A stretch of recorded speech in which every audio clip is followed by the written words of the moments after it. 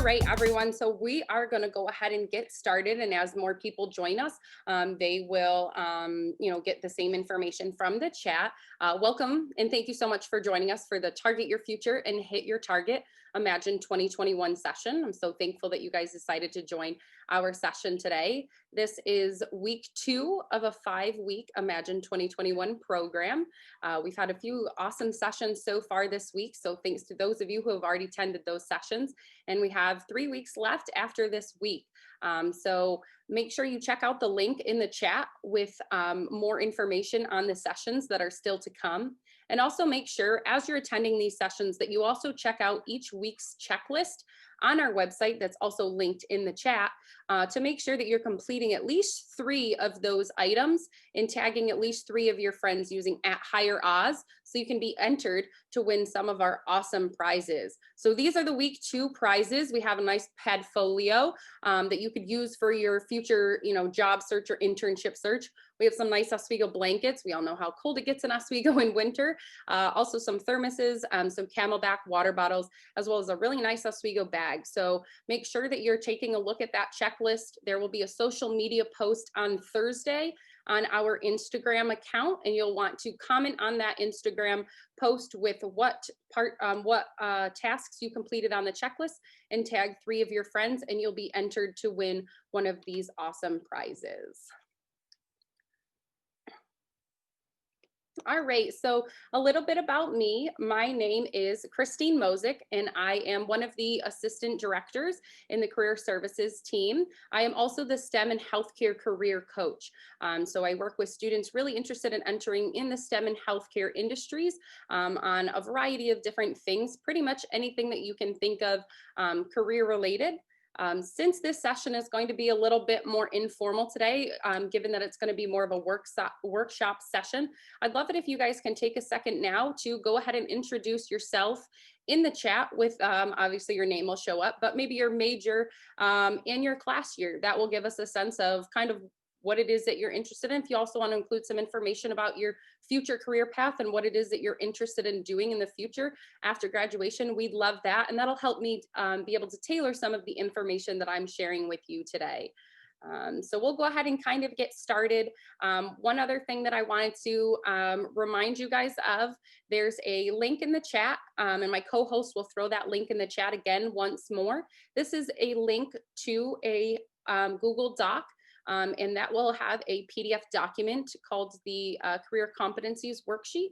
If you can go ahead now and download that worksheet, that's a worksheet that we are actually going to work on and kind of go through together today as we go through this session. So if you want to go ahead and download that, we're going to go ahead and utilize that. You can kind of set up maybe some 2 screens with a PDF document with one side and your presentation or your Zoom call on the other, so that you can kind of work through the session as we go through some information today. A couple other logistical things. Q&A. So for those of you that are new to Zoom, that haven't used Zoom to maybe Zoom as maybe frequently as the career coaches have, there's 2 different sections where you can kind of input information or comments. We're going to go ahead and use the chat to answer any prompts that I kind of give you during the presentation, like, introducing yourself. We'll have a couple more of those. And then we're going to strictly use the Q&A function that should be right next to your stop video on the header bar of your Zoom. Q&A is going to be strictly for question and answer. I'll do my best to keep an eye on that and answer any questions that you have as we go along during the session. If I miss any, we definitely will have the time at the end to go ahead and answer any questions that you may have as well. So Q&A is for questions, chat is for any prompts, as well as any links that you'll need. That's where my co-host will be throwing those as well. So awesome, we'll go ahead and get started. We're gonna go ahead and focus on career readiness competencies first. Hopefully you guys have heard of career readiness competencies before. If not, that's perfectly fine. I'm gonna introduce to you today the 8 career readiness competencies that the National Association of Colleges and Employers defines. The National Association of Colleges and Employers is the professional association that career services offices across the country belong to, and it's kind of like one of our accrediting bodies. A lot of information that we get comes from this professional association. So they define career readiness as the attainment and demonstration of requisite competencies that broadly prepare college graduates for a successful transition into the workplace. So hopefully all of you on this call are thinking about entering into the workplace at some point in your future, whether it's right after your 4 years or whether it's after a graduate school or a professional school in the future, across all industries, across all occupations.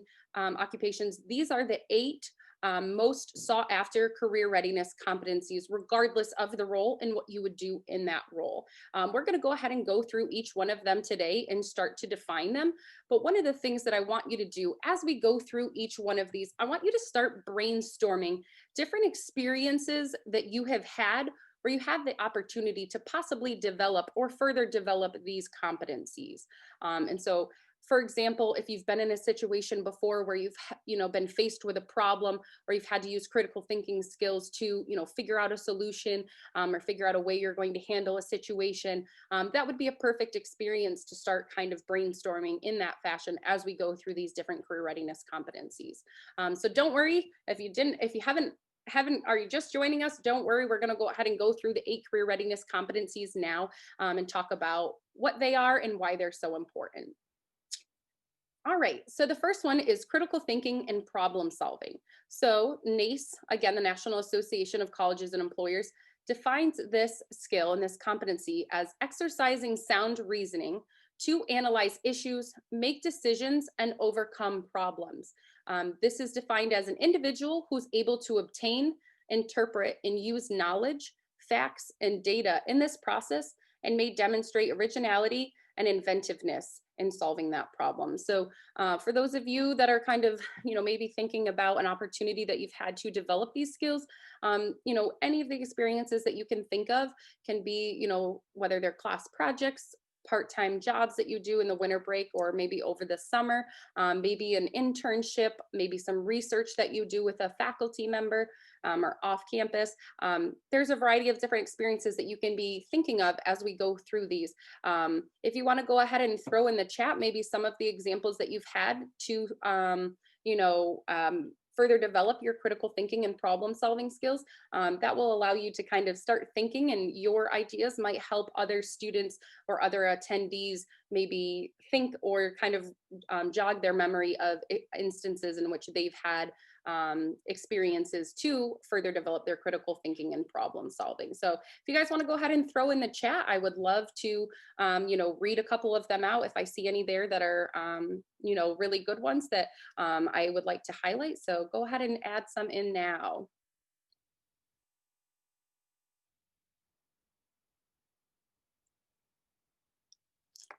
Awesome. Thank you so much for those of you that have already added, kind of introducing yourself.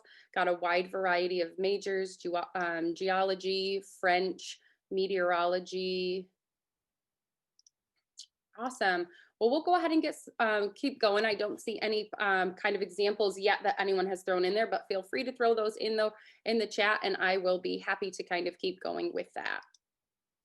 All right. Oral and written communication is our next career readiness competency that NACE defines as articulating thoughts and ideas clearly and effectively in written and oral forms to persons inside and outside the organization.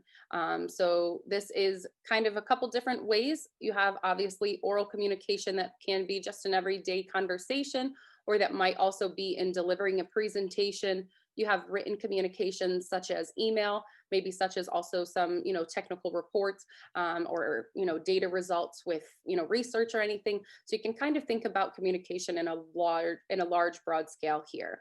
And NACE finds this oral and written communication competency in an individual that, as someone who has public speaking skills, is able to express their ideas to ones who can write and edit memos, letters, and complex technical reports clearly and effectively. So that gives you a couple examples of communication, whether it's oral or written, and kind of where you may see that.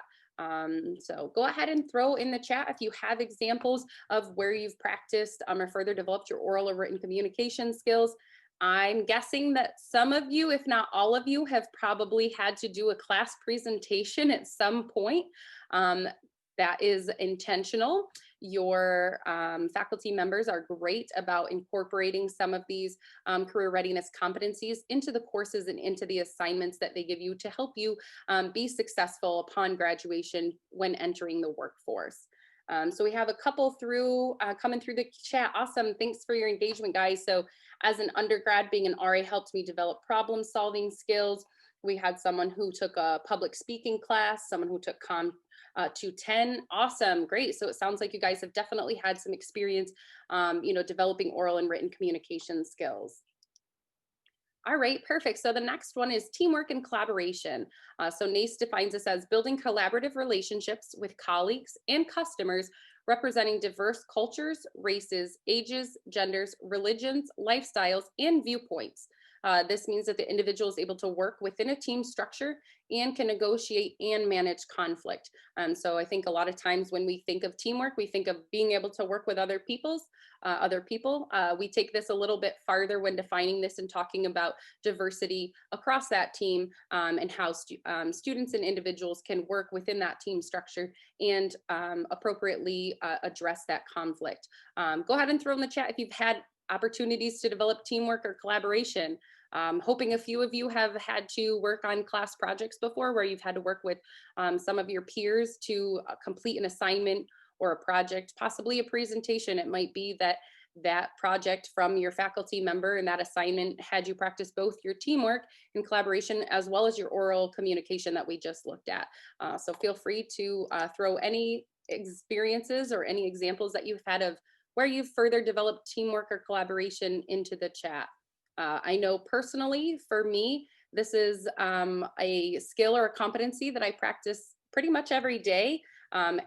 At Career Services, you can imagine we have a pretty awesome team of 5 career coaches, and we meet pretty much every day, if not every other day, to be talking about some of the projects that we have coming up and the things that we're working on.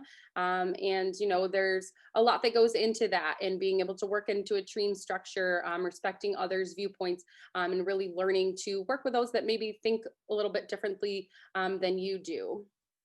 Awesome. Adam said in the chat he's done this for a couple classes, watching and recording data. We have studied abroad and interned with a nonprofit in Ireland, working with a diverse group of people. Awesome. That is a great example, especially because it takes it a little bit farther and even is, taking in some of those diverse cultures. Great. Tyler said he had a presentation for drugs and abuse in his society class where he collaborated with another student. Perfect. So it sounds like you guys have definitely had opportunities to develop or further develop these skills, which is great. That's definitely going to help us when we get to the activity a little bit later on. So we'll go ahead and keep moving. Digital technology is the next one.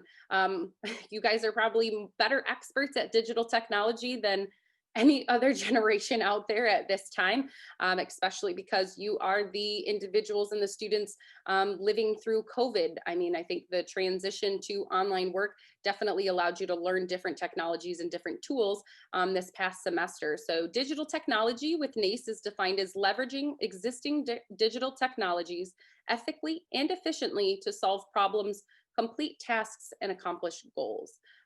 Individual demonstrates effective adaptability to new and emerging technologies. So I could probably ask you guys to give an example of this. You would probably say the fall 2020 semester, we had to effectively adapt to possibly new technologies that you haven't used before, such as Zoom, maybe Blackboard if your professors hadn't used it. So I'm pretty confident that you all have had the opportunity to at least start to develop your digital technology skills. The next one that we have here is your leadership skills, an extremely important one that employers are always looking for. So NACE defines this as leverage the strength of others to achieve common goals and use interpersonal skills to coach and develop others. So this individual will be able to assess and manage his or her own emotions and those of others. They would also be able to use empathetic skills to guide and to motivate others, and to organize and prioritize or maybe delegate work. Go ahead and throw in the chat. I'm hoping that we have some of our natural leaders or some students that have leadership qualities about them. Go ahead and throw in the chat a time that you've had the opportunity to develop leadership.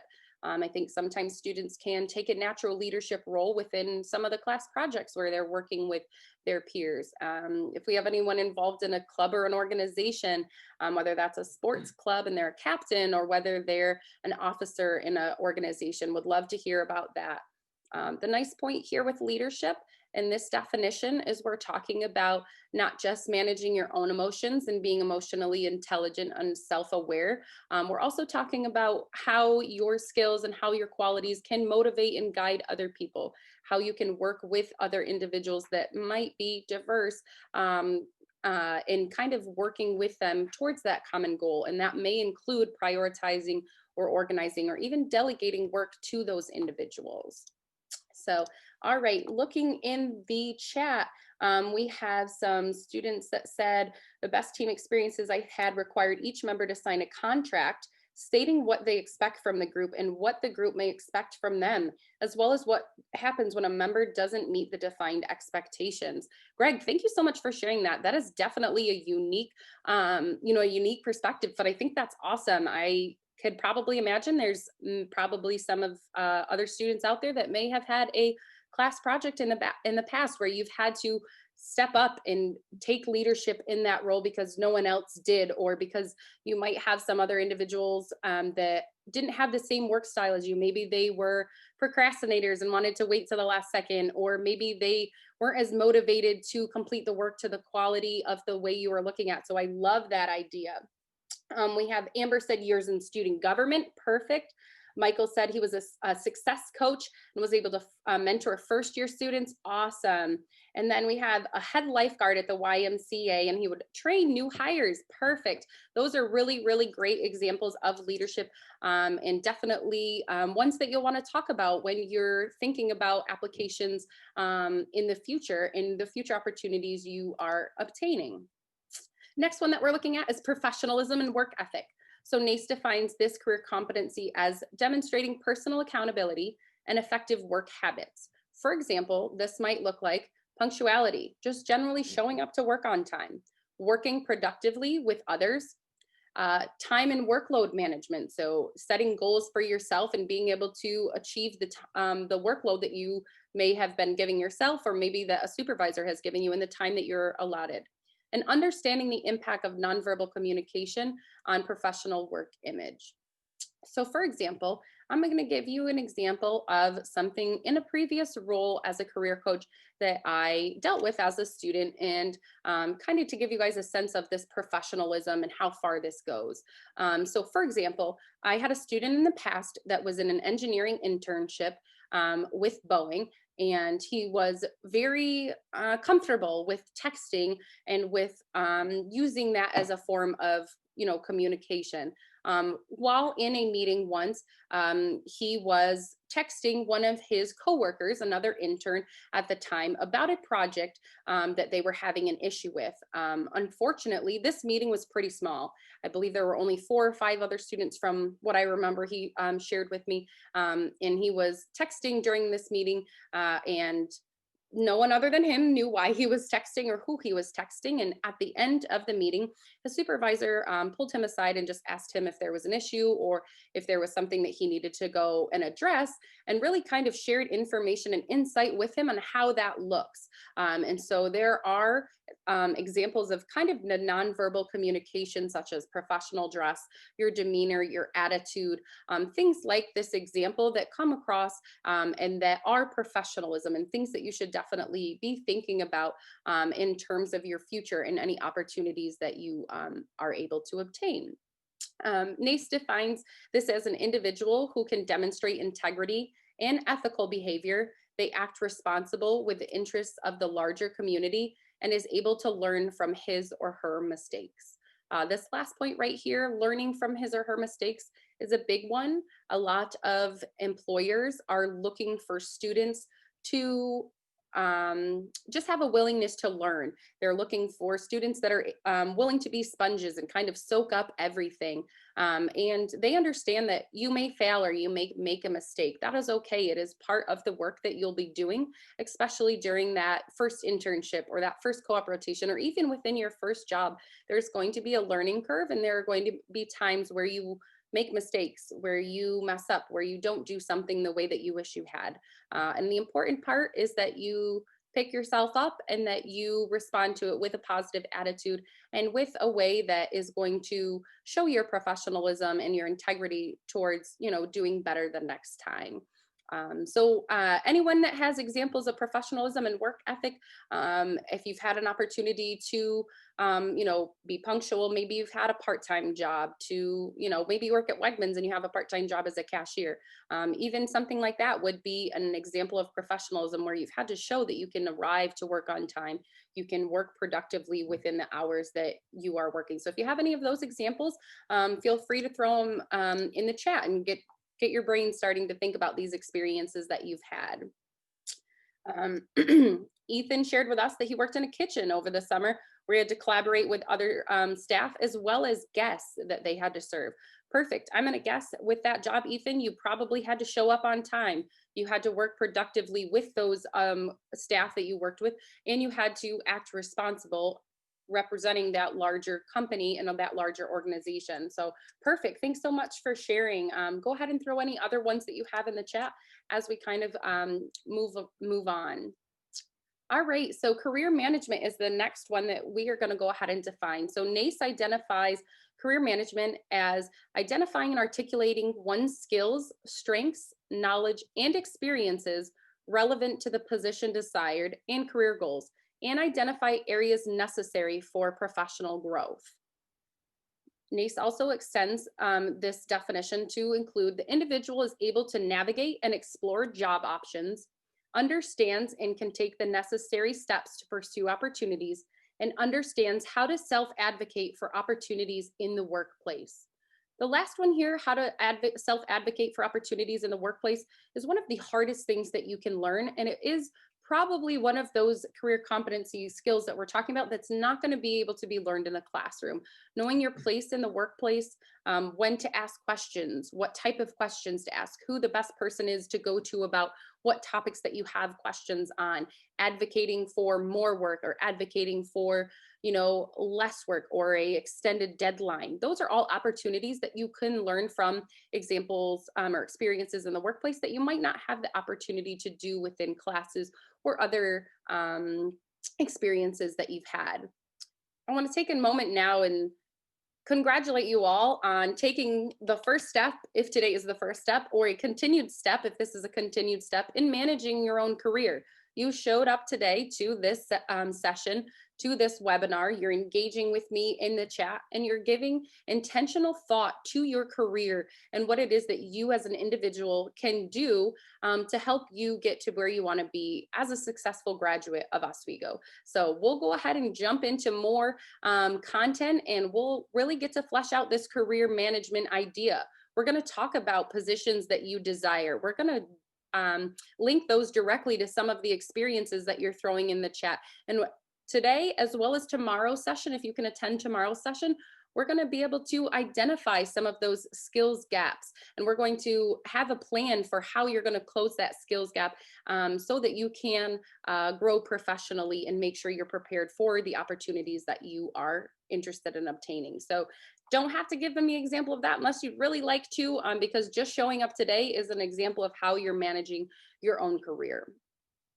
All right, and the last but not least NACE career competency is global and intercultural fluency. So NACE defines this career competency as value, respect, and learning from diverse cultures, races, ages, genders, sexual orientation, and religions. The individual demonstrates openness, inclusiveness, sensitivity, and the ability to interact respectfully with all people and understand individuals' differences. If you've had examples where you feel like you further developed your global or intercultural fluency, please feel free to throw an example in the chat. I know we had an example earlier with someone who had studied abroad where they had worked with, I think, some groups of people in that country. I'm going to guess that they had some cultural maybe backgrounds or barriers where they overcame, and they further developed their global and intercultural fluency just by being open to learning about that culture and the way of life in that country. Another example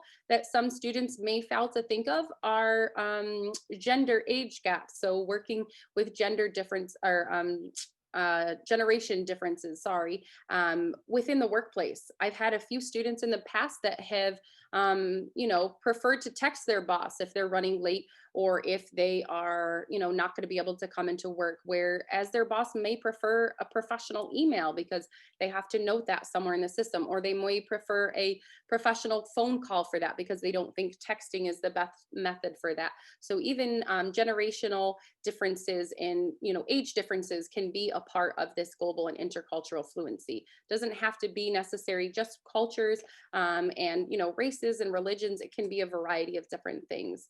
So if you have any examples, feel free to throw them in the chat. Definitely a harder one. I think that students have a challenge in developing or thinking about experiences where they've had this opportunity to further develop them, but hopefully some of your peers in the chat will help you to kind of think of some examples. All right, oops, sorry. So we have a couple examples in the chat. Michael said he got exposed to many different students, got to create programs to teach different backgrounds. Awesome. Ethan said that he lived in Denmark for a year and stayed at a school where there were not only Danes, but also people from countries all over the world. So you had probably so much exposure to different cultures, genders, sexual orientation, just diverse individuals in a sense, and really learning from those experiences. So the important thing with developing these skills is yes, you're developing them to be successful in the workplace, but that you're evolving as an individual and you're growing professionally so that you're the best employee that you can be. So now we're going to go ahead and take some of the work that we just did and try and condense this information into one area that's going to be really helpful for us. So I'm going to go ahead now and ask my co-host Tycho to go ahead and throw the link in the chat one more time to this competencies connection worksheet. So we're going to do an activity where you guys are going to take some of the experiences that you've had and you're going to link that to the 8 career competencies that we've just talked about. So this worksheet is going to help you match your skills that you have now to what your future requires. And it's going to help you address those address the skills and these career competencies in your application materials. So you'll see across the top, you'll see our 8 career readiness competencies that we just went through. You will also see in the PDF document that you can download and fill in and save right on your own desktop. You'll see, sorry, I keep doing that. Hopefully I'll stop doing that. Sorry about that. You'll also see here the themed skills. You should have boxes here that you can eventually fill in. We can get that to a little bit later on in this session. And if you decide to attend tomorrow's session and workshop, you'll also have more information that you can fill in there. So right now, what I'd like for you to do is I'd like for you to brainstorm 5 experiences, and I'd like for you to list them here in the experiences area of experiences that you've had during your college time that you may list on a resume in the future, one that you may think about and speak about in an interview when asked a behavioral type question. I want you to be very open-minded in thinking about any experiences that you've had. We've had some really great examples in the chat already that have included class projects or assignments, that have included internships, that have included a part-time job, study abroad experience. So really kind of broaden the way that you're thinking about this to include a variety of different experiences that you've had, and go ahead and throw 5 of them here. Once you have 5 of them included here, or however you want to do it, if you want to put one here and then go across and down, whatever format works for you, whatever your style of learning is, that works for me. You're going to list an experience. For example, I was an orientation leader. That was the first introduction I had into higher education. Never left, fell in love with the field, fell in love with helping students. So I wrote here orientation leader because it was a very transformative experience for me. Not every experience that you list here has to be related to your future career. Doesn't have to be research that you did in the field that you'd like to go into. It doesn't have to be an internship that you did in the industry with professionals. It can be any type of experience that you'd like. So once you have that, you can go ahead and put 5 of them here, and then go across and put an X or a check mark in the boxes where you have had the opportunity to further develop those skills. For example, with my orientation leader position, I was put in some situations where I had to use problem solving skills. We obviously had to use our oral and written communication a lot. We led a lot of introductory games and some fun get to know you activities for students to become more familiar and comfortable with the peers that they were interacting with while at orientation. Teamwork and collaboration, I was one of 12 orientation leaders, so obviously working with our team to develop that common goal. Digital technology, not so much. It was more of a hands-on opportunity. I wasn't using tools and technology all of that much. Leadership, professionalism, work ethic, global and intercultural fluency. And then I also have put in 3 themed skills based off of the activity that we're going to go into next. And those are innovation, student focused, and program planning. And so you'll see innovation, not so much. I wasn't necessarily implementing new ideas or inventing new ways to do things, but it definitely was student focused. And it definitely had a lot of planning skills as well. So definitely go through, list your 5 experiences that you have had that you'd like to go ahead and include on this worksheet. And then also think about the 8 career competencies. You can leave these themed skills blank for now, and we can come back to them. But think about these 8 career competencies and go ahead and fill them in for the 5 different experiences that you had. If anyone has any questions or if you need any help, feel free to throw comments in the chat. You should be able to just click on the competencies connection worksheet and then download it as a PDF document. And then you should have the ability to edit parts of the document. You won't have the ability to obviously edit the format of the worksheet, but the content that you include, you should be able to edit. Tyler said for some reason the 8 categories aren't loading in the Google Doc. Not sure what's going on with that. If you need to, you might have to note those on the worksheet yourself. I'm not 100% sure what's going on with that. Let me go ahead and pause my screen and see if I can figure that out. Is anyone else having issues with the 8 career competencies loading when they download the file as a PDF?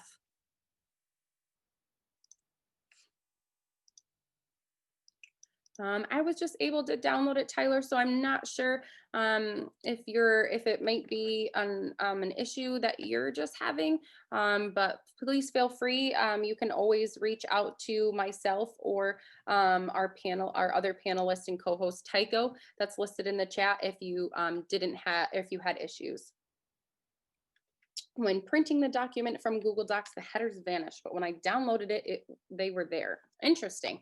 Well, let's go ahead and just download the file. Don't worry about filling it in right on that Google Doc. If you click open with Google Docs, then you're all going to be working in the same Google Doc and you're all going to have your same experiences overlapping one another. Instead, what you want to do is you want to follow the link, and then next to your, if you have a professional photo or next to your Circle account, you're going to click on the 3 dots. And then you're going to scroll down to the download option that's right below details in the drop down menu that will appear right after you click on those 3 dots. Once you have it downloaded as a PDF, it should automatically download as a PDF because that's what I saved it as. Once you have it downloaded, you can open that file and then you will be able to input your experiences and go through and check any of the career competencies that you had the opportunity to further develop in those experiences. Give me a thumbs up or a yes or a yep in the chat if you are able to, if you've been able to download the worksheet and have started to work on that.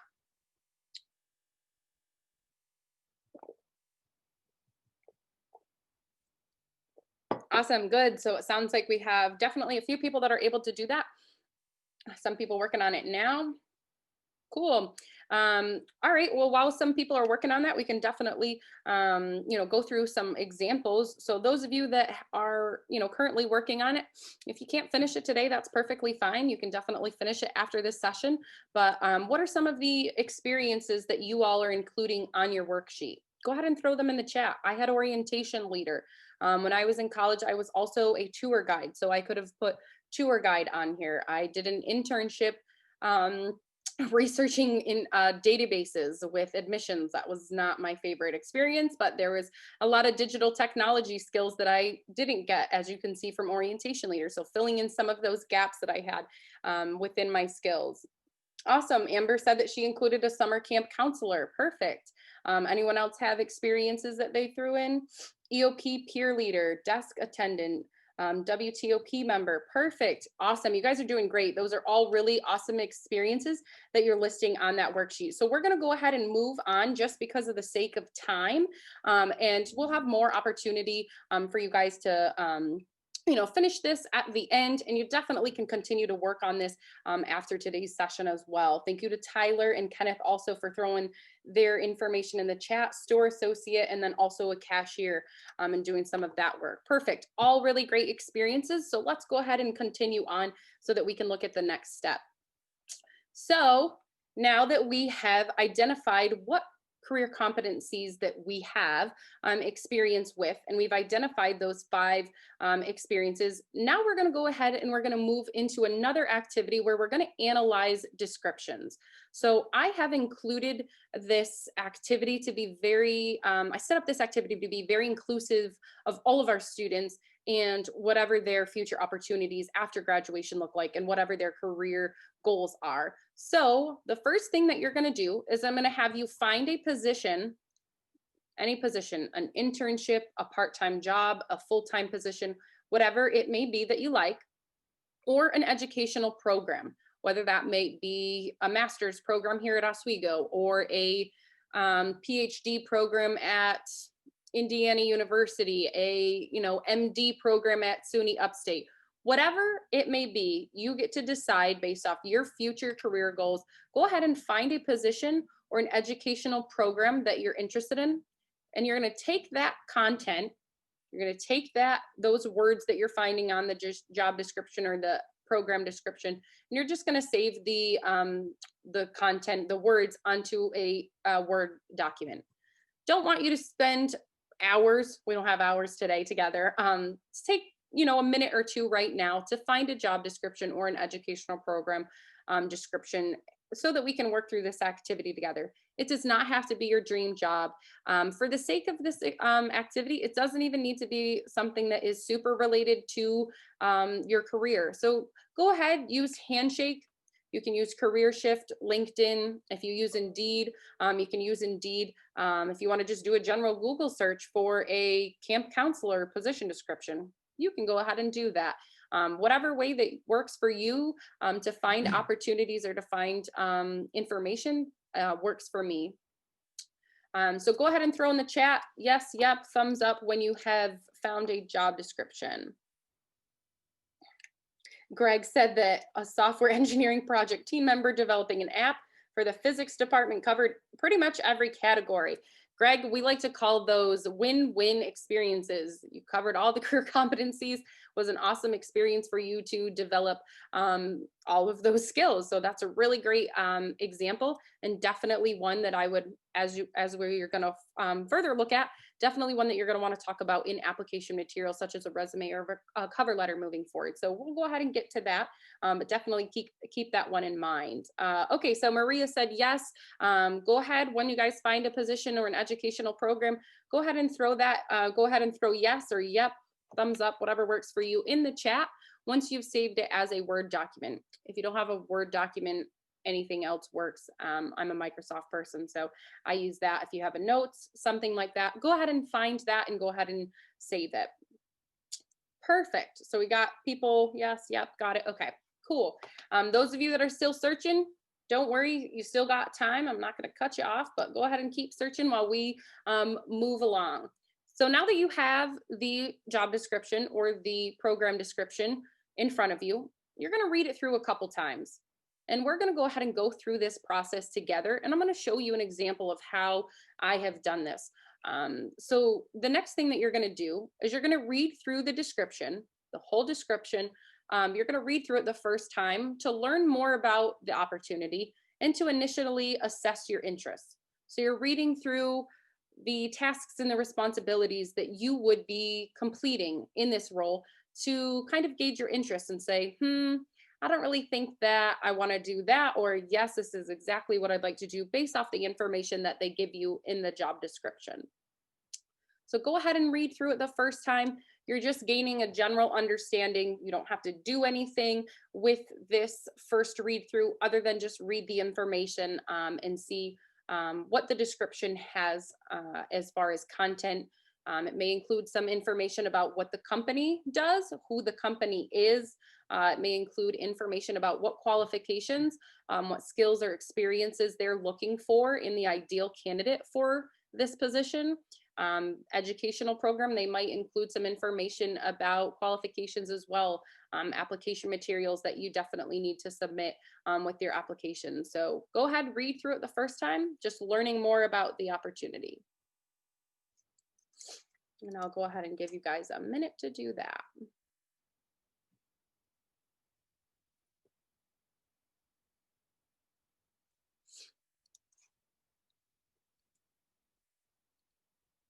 All right, we're gonna go ahead and keep going.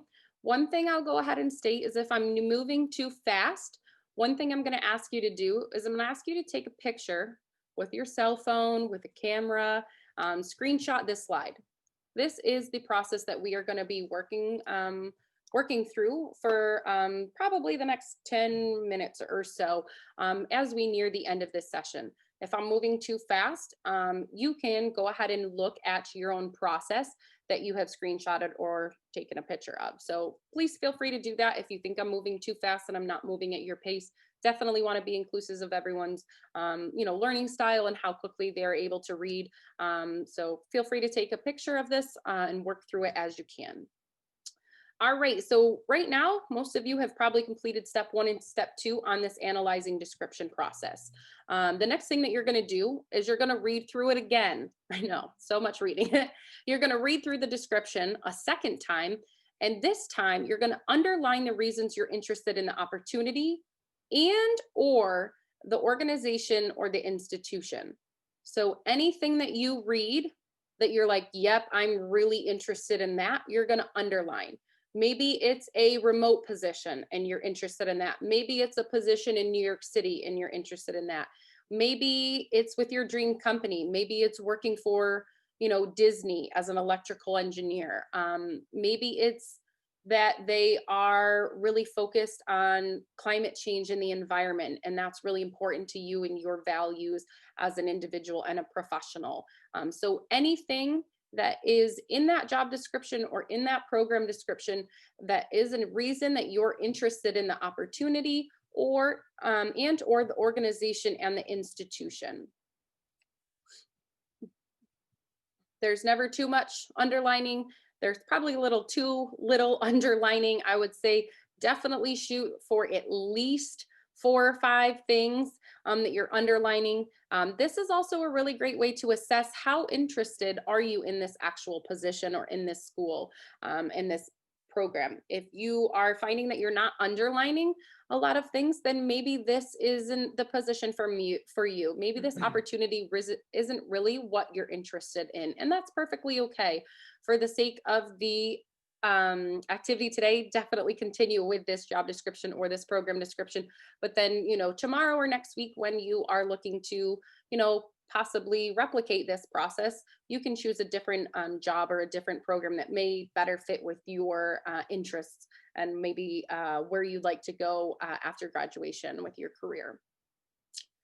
All right, so once you've underlined at least 5 things, hopefully more than 5 things, are reasons you're interested in the opportunity or the organization. The next thing you're gonna do is you're gonna read through it again. I promise this is the last time. Only the rule of three with reading. Read through the description one last time, and highlight any of the skills or the qualifications a candidate must have to succeed in this position or in this program. Some companies and some job descriptions are going to make this really easy for you, and they're going to have a skills or a qualifications section, and then they're going to list everything there. I personally find that super easy because I can go through and highlight that section, but also make sure you're reading the description. In that paragraph describing the job or even the company, there might be things in there about communication.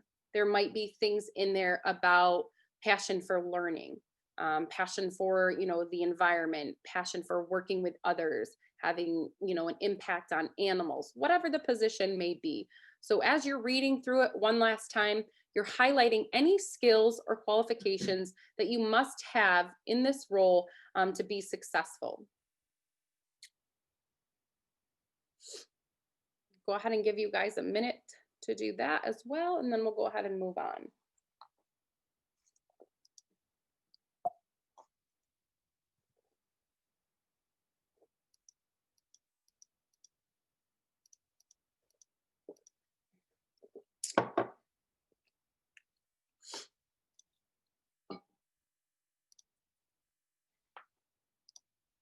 All right. Hopefully you're still with me. If you haven't completed every single one of these steps fully, that's perfectly okay. We're going to go ahead and keep moving for the sake of time. I'm supposed to be at about an hour, might run a little over that, but we're going to go ahead and keep moving. So at this point, you've found a position. You have read through the description at least 3 times. You've underlined the reasons you're interested in the opportunity or the organization. You've also highlighted any of the skills or the qualifications that you have to be successful in this role. The last thing that I'm going to ask you to do is you're going to take all of those skills and qualifications that you highlighted, and you're going to start to tally them up. So for example, you might have a job description that has communication listed 5 times. You might read back through the job description or the program description, and they might say collaboration 3 times.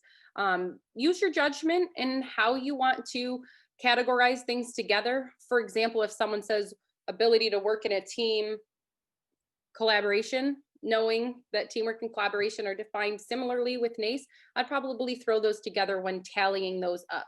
An example of what this could look like, and I promise this isn't going to be overwhelming. This next slide, I will show you, I will walk you through it all. This is an example. So this is the job that I currently have.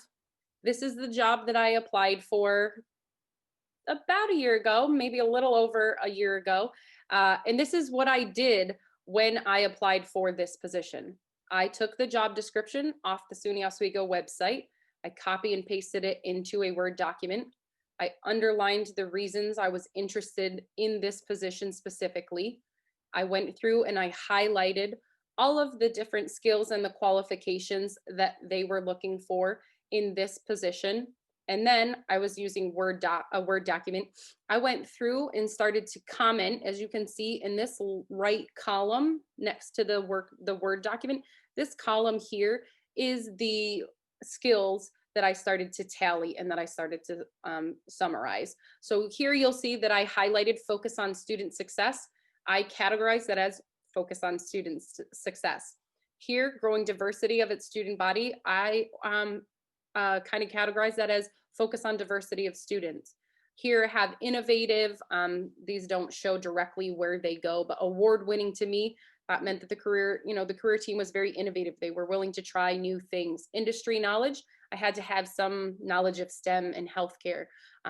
Adapting, creating and evolving, networking relationships, successful for life, personalized. So I took all of these things that I highlighted and I themed them over here.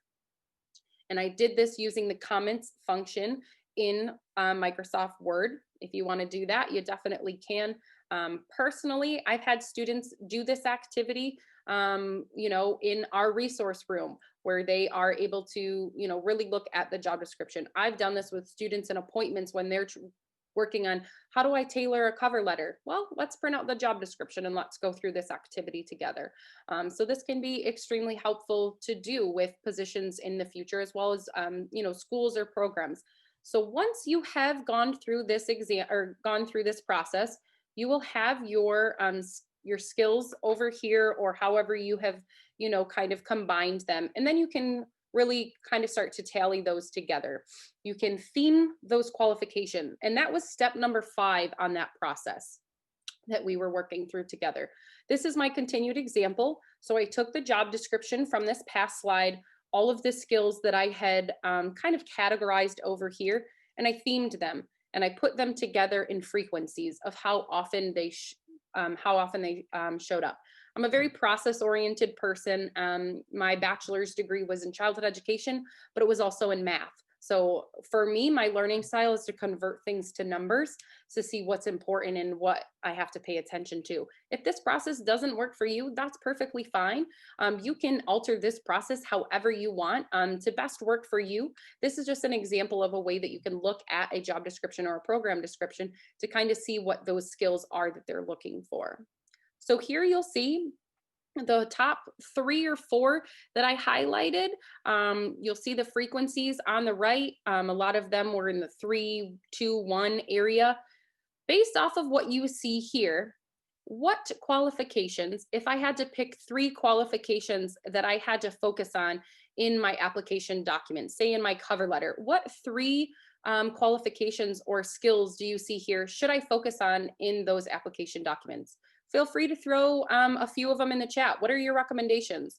What should I do? I have this job description. I analyzed it.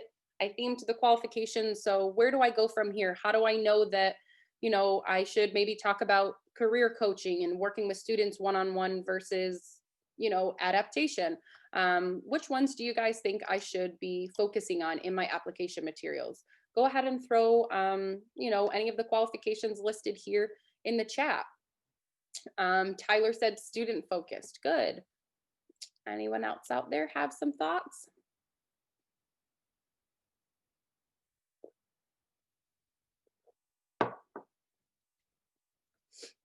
Bringing innovative ideas. Awesome. Thank you, Maria. So far, the 2 that we have chosen, or the 2 that the students have recommended, are ones that are falling in that frequency of 3. We have planning and implementing programs, another 3. Good. Collaboration. Ethan said collaboration. Good. Adam said career coaching. Awesome. You guys are really good at this. This is perfect. So the qualifications that you're picking are the qualifications with the highest frequency. The job description is what they're looking for. They're looking for the ideal candidate that has all of these experiences and all of these qualifications. You may not meet all of them, and that's okay. My rule of thumb is if you meet more than 50% of the qualifications and you're willing to take the time to apply and state your interest and passion for that position, then go ahead. Here, focusing on your themed qualification, you're going to want to pay attention to those that are the higher frequency. So those that have a 3 or a 4 are going to be the ones that you're, focusing on. So we said student focused, perfect. Innovative, perfect. Collaboration, planning and implementing programs, and career coaching. If I had to pick, 3 to 5, those would be the ones that I would focus on. Some of these are, the same frequency as others. Say if I had to pick 3, I might do a little bit more research on the employer to see if it's more important for me to highlight collaboration or focusing on student success in my application materials. Either way, I've narrowed this great list of skills down to 3 to 5. I've taken this entire document with way too many words for me because I'm a math major and a math graduate, way too many words for me. And I've made it into numbers, a very manageable list that I now know going into creating my application materials. I now know what I need to highlight. Awesome. So let's go ahead and move on. Kenneth, I think in the chat you had said passion for data and numbers. Yes, this is actually one that I did include in my cover letter because I work with our first destination data. And I'm glad that you pointed that out. This is a 1 as a frequency, but knowing that there was a task in the position where that passion for data and numbers was going to come to be an importance, I did include I think a section of my cover letter. It may not have been a whole paragraph, may have just been a quick part of a sentence, but that may have been something where I included that information definitely focused on these ones that have a higher frequency and a larger scale on my resume and my cover letter, but I may throw in there my passion for data and numbers in a smaller impact way in those application materials. But yes, thanks for pointing that out, Kenneth. My math major is definitely coming through. So here, now you have all this information. You have this worksheet that you just did with me of these career competencies, these experiences. You also have hopefully a job description that you just analyzed. So now the important part is Christine, why do either of these documents matter for my future? The important thing is that regardless of what your future career goals are, whether you're going right into graduate school or professional school, if you're applying to go into the workforce, all of the work that you just did with me here today can be helpful. And here are a couple examples as to why and how. So strengthening application materials. The work that you just did with both activities are all focused on strengthening your materials. So your application materials, whether it's a resume and a cover letter, a resume or a CV and a statement of purpose, these are the documents that get you an interview. In an interview, you can then easily show your passion, your interest, your personality. These documents have to be the best documents and the strongest application materials. And so here I've put together some of the ideas based off of what we just did together in this session of how you can use these activities to strengthen these materials. So on your resume, first thing first, highlight the most important information first. If you are, as you all are, hopefully, or you found this link on the Oswego website somehow, you all are obtaining or working to obtain a degree, a bachelor's degree, or possibly an advanced degree here at SUNY Oswego. So go ahead and include that information in your education section and include your education section higher up on your resume so that employers know that you are a recent graduate and are looking for entry-level positions. If I were working with someone who may be switching their career in their later life, in their 30s or 40s, we may not highlight their education section first, just because of the relevance of, their experiences and having them speak a larger or a louder volume than their education section. For you guys, I would say highlighting the most important information first is really important. Next, categorize sections to quickly identify the experiences the employer or institution is seeking. If you have related internship experience or related research experience, feel free to label your category as that, or label your section as that. You don't have to have it as work experience. You don't have to have it as just experience. Draw attention to those categories and really allow employers or the institution to see those experiences. If you have experience as an officer or as a captain at a club and organization here, maybe you want your extracurricular activity section to say leadership experience and not extracurricular activity. Draw attention to those 8 career competencies that we just went through with those sections and with each of the experiences that you're including underneath this section. Use the following formula to create strong bullet points. They should not be sentences. They should be strong bullet points that follow this formula. You want to start every bullet point with a verb, a strong verb, and a unique verb. You don't want to have 3 helped or 3 assists in a row. Use unique verbs and different verbs throughout your resume. Then you're going to describe the task or the responsibility that you had in that role, keeping in mind any of the career competencies that we just talked about that you had to utilize. So, collaborated with 3 peers to complete class project and whatever the result may be. And then the last part that I just kind of mentioned was the result, the accomplishment. Do not forget this part. This is probably the most important part of a bullet point. Yes, it's very great to list a verb and a task, but you really want to focus on the result. What did you accomplish in that class project, in that internship? Why is that task so important that you're listing it on your resume? And then, as we've talked about, incorporate the 8 career readiness competencies into your bullet points using your chart. You just completed that chart. You listed 5 experiences. If those experiences have a lot of those career readiness competencies checked off, you're going to want to go ahead and include them on your resume. I know earlier we had a couple folks say that they were a cashier. Great, awesome. You have really awesome communication skills. I'm going to guess from interacting with people, you've probably interacted with a diverse set of people. You have maybe some experience with managing money. You've probably worked in a team before. So not everything that is on your resume has to be specifically, relevant.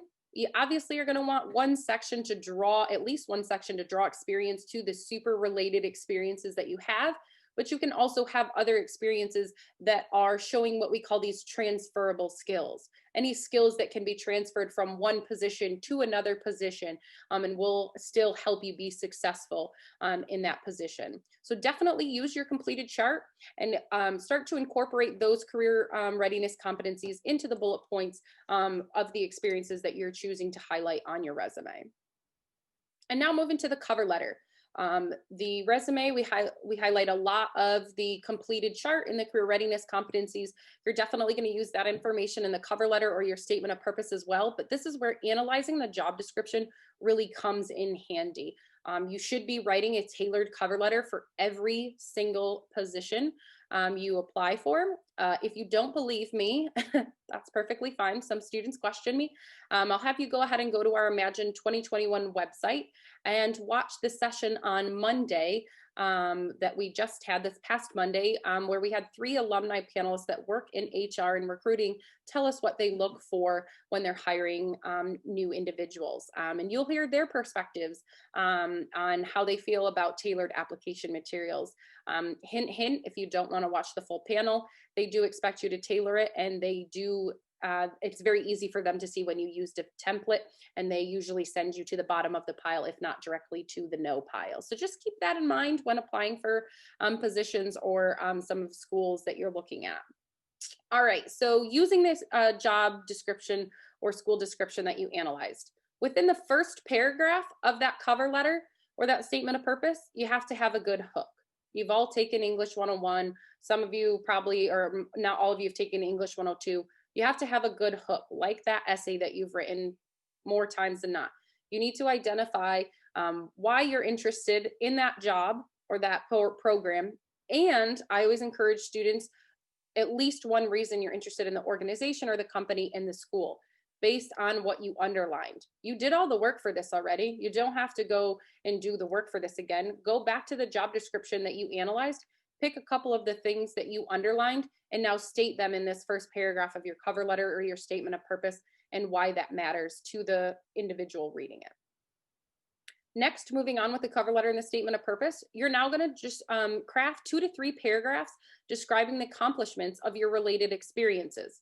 So looking back at your completed chart, like I think it was Greg, he had said that he had a research or app that he developed for the physics department. He said that it hit all 8 career readiness competencies. Take that win of an experience and talk about it in your cover letter and why that was a huge accomplishment, why that related experience will allow you to be successful in this opportunity that you're applying for or in this program that you are applying for. Use those experiences that you included on your chart and talk about them in this cover letter or this statement of purpose. The one thing that you want to pay attention here to specifically is you don't want to go and just list everything or include it in the same way that it's listed on your resume. We've looked at your resume. We're now interested in reading your cover letter. So take these related experiences and craft them and talk about the accomplishments.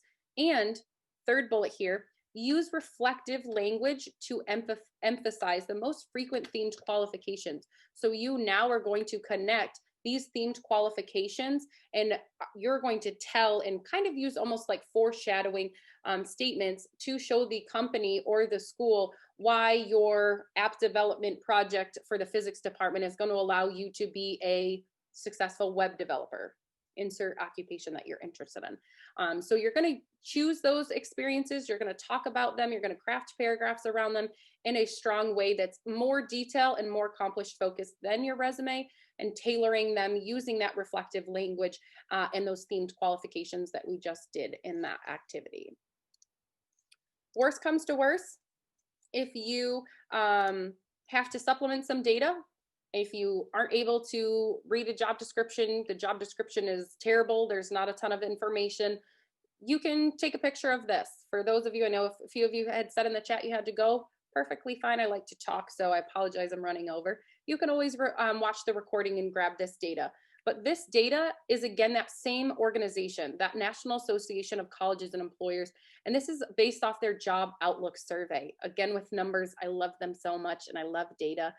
These are the top 10 attributes that employers are looking for on a resume. So again, these probably look very familiar to the career readiness competencies, and they're going to overlap because those are the qualifications that employers are looking for. Here you should see probably all 8, if not all 8 of them. You're going to see many of them.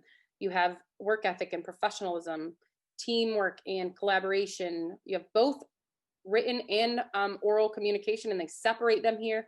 Leadership skills, problem solving skills. So going back to those career competencies and making sure that you are incorporating them into your resume and your cover letter. Again, this supplemental data can just be used if you aren't getting the information from the job description that you need. Awesome. Okay, I'm wrapping up.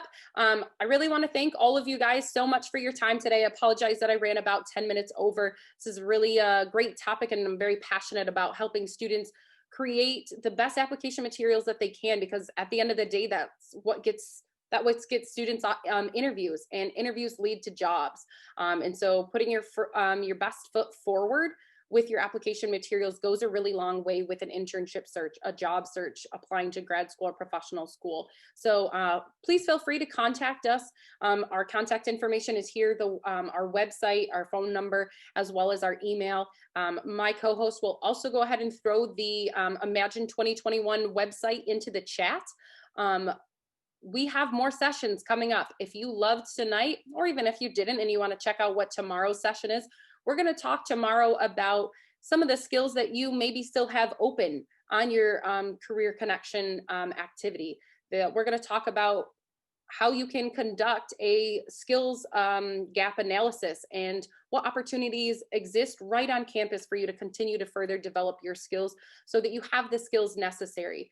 Like tonight, it's all going to be individualized. I'm going to give you resources to look up specific occupations based off what you're interested in, and then we're going to walk through it together just as we did tonight.